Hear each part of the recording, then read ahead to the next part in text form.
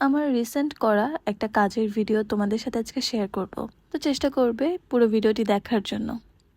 High, আমি সামিরা। কিছুদিন আগে আমি একটা নিজের ঘরের জন্য একটা কাজ করেছি। তো ভাবলাম কাজ যেহেতু করছি তো এটার টুকটাক ফুটেজ তোমাদের সাথে আমি শেয়ার করি।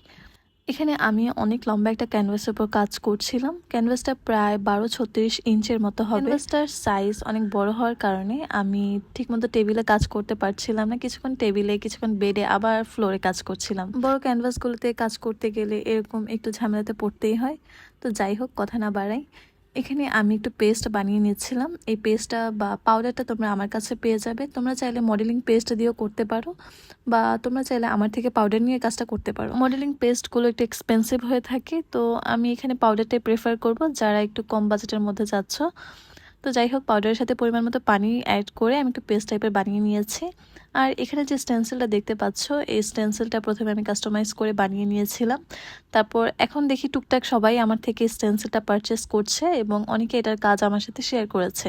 তো ভাবলাম আমিও এই স্টেন্সিলটা দিয়ে একটু কাজ করে নিই। আর লম্বা একটা ক্যানভাসের উপর এই স্টেন্সিলটা দিয়ে কাজ করলে অনেক ভালোই লাগবে দেখতে, আমার মনে হয়।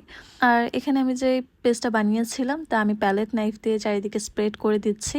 আর এটা করার পরে, মানে চারিদিকে স্প্রেড করার পরেই তোমরা সাথে সাথে স্টেন্সিলটাকে উঠিয়ে নিবে। আর এটাকে ড্রাই হওয়ার জন্য তোমরা একদিন পর্যন্ত সময় দিবে, তাহলে জিনিসটা সুন্দর মতো করে সেট হয়ে যাবে এবং তোমরা সুন্দরভাবে কালারও করতে পারবে। তো যাই হোক, ক্যানভাসটার কাজ আমি আপাতত তোমাদের সাথে এইটুকু পর্যন্ত শেয়ার করেছি, বাকি পার্টটুকু পরের ভিডিওতে।